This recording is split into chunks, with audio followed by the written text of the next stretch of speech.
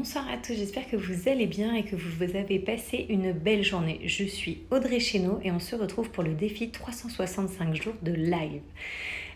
Donc ce soir, ce que j'avais envie de vous partager fait suite au post des Nœuds de Saint-Julien, qui est à Tahiti, où en fait eux, ils sont de nouveau confinés. Ils ont été confinés 15 jours et le confinement est prolongé.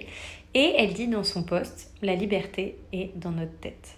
Ou, je ne sais plus quelle est sa formulation exacte, mais quelque chose de similaire.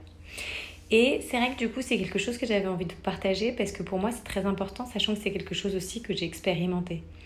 Donc, je voulais juste vous partager mon point de vue. Ça ne veut pas dire que c'est une vérité absolue, c'est juste ce qui, moi, fonctionne pour moi.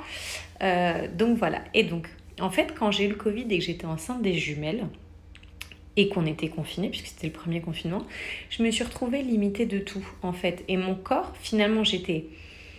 Si on va sur des mots forts, d'accord, on va dire qu'on était prisonniers chez nous à cause du confinement, sachant que je tiens à rappeler qu'en Espagne, on n'avait pas le droit de sortir, contrairement à la France, d'accord. C'était interdit de sortir dans la rue, sauf pour les courses. Il n'y avait pas de promenade d'une heure. Donc, d'une certaine façon, on était prisonniers de notre maison de par la situation sanitaire.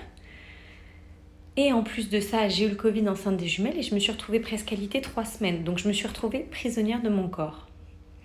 Et c'est à ce moment-là où pour moi la définition de la liberté, elle a changé et elle a pris tout son sens. Et pour moi, la liberté, elle est dans la tête. Parce qu'en fait, si on la place dans... On va dire qu'elle est dans nos pensées. Parce que si on la place dans des faits ou des choses, on peut vite perdre notre liberté finalement. Par contre, notre liberté de penser, personne ne peut nous la prendre. Parce que personne à un moment peut nous empêcher de penser. Quoi qu'il arrive, on peut vous dire quoi que ce soit, votre tête là-dedans, elle continuera de fonctionner. Et moi, ça m'a beaucoup aidée quand je suis dans des périodes où je me sens bloquée par des situations. Donc, je vais citer une situation qui parlera peut-être avec beaucoup de mamans. Mais par exemple, quand on met plus d'1h30 à endormir nos enfants, soit parce qu'on doit rester à côté, soit parce qu'on l'a dans le porte-bébé, d'une certaine façon, on peut se sentir privé de certaines libertés. Et parce que dans les faits, on ne peut pas faire ce qu'on aimerait faire. Tout dépend où on situe notre liberté. Est-ce que je la situe dans mes pensées? Qu'est-ce que je fais de ce temps-là? Comment j'en profite? Ou est-ce que je le situe dans les actes? Et je trouve que c'est intéressant parce que du coup, ça nous permet de transformer, on va dire, toute citation où, si on considère la liberté dans les faits ou les actes, on peut transformer ça puisque ça se passe dans notre tête. Donc, par exemple, je sais pas, vous êtes hospitalisé avec votre enfant ou vous êtes hospitalisé. Dans votre tête, vous pouvez vous évader, vous pouvez prendre votre téléphone. Je veux dire, voilà, vous pouvez vraiment faire de vos pensées un allié. Par contre, si vous statuez sur des choses à faire, je trouve qu'en fait, on peut vite perdre notre liberté. Suffit d'un petit accident, une entorse, on se casse la jambe, même un petit truc, c'est pas obligé d'être un gros truc comme le confinement et tout.